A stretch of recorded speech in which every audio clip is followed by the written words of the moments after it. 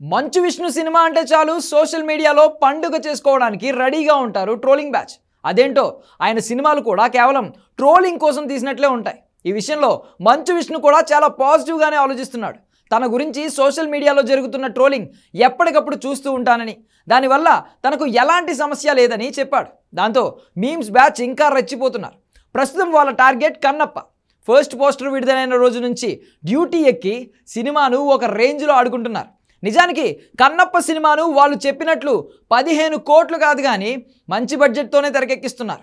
ఇంతకుముందు సీరియల్స్ అనుభవం ఉన్న ముఖేష్ కుమార్ దీనికి దర్శకుడు. నిజానికి కన్నప్ప సినిమాను ముందు నుంచి ఎవరూ పెద్దగా సీరియస్గా తీసుకోలేదు. కాకపోతే ఇది తన డ్రీమ్ ప్రాజెక్ట్ అంటూ ఎప్పటి నుండో చెప్తున్నాడు మంచు విష్ణు. దానికి తగ్గట్టుగానే సినిమాను ప్లాన్ చేస్తున్నాడు. ఈ సినిమా కోసం టాలీవుడ్, బాలీవుడ్ ఇలా ఏ వుడ్ వదలకుండా అన్ని ఇండస్ట్రీలో నుంచి నటులను తీసుకొచ్చాడు మంచు విష్ణు. కన్నప్పలో ప్రభాస్ రుద్ర క్యారెక్టర్ చేస్తున్నాడు. కనీసం 22 నిమిషాలు ఉండే పాత్ర ఇది. ఈ లెక్కన ప్రభాస్ ఫ్యాన్స్కు ఇది ఫుల్ మీల్స్ అన్నమాట.